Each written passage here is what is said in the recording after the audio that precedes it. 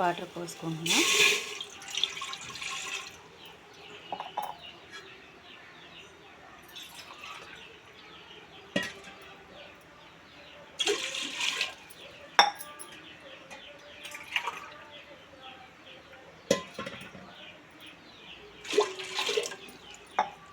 మూడు గ్లాసులు వాటర్ పోసుకున్నా. ఇంకొంచెం పోసుకుంటున్నా.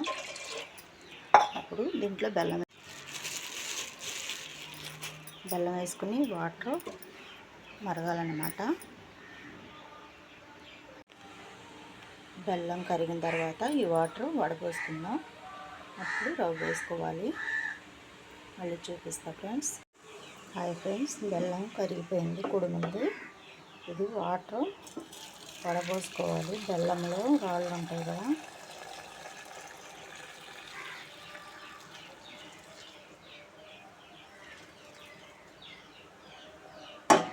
వడపోసుకుని మళ్ళీ బెల్లం పెట్టుకుని కాసుకోవాలి. ఇప్పుడు కొంచెం యాలక్కాయలు పొడి వేస్తాము.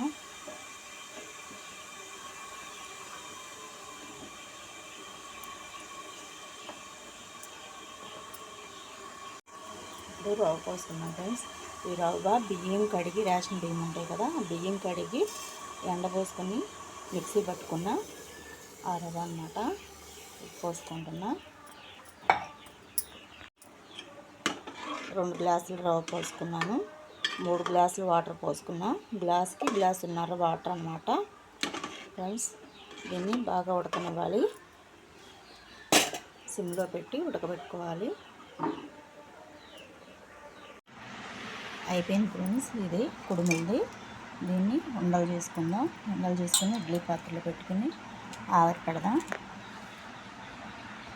అయిపోయింది ఫ్రెండ్స్. ఇప్పుడు పొయ్యి మీద పెట్టుకుందాం.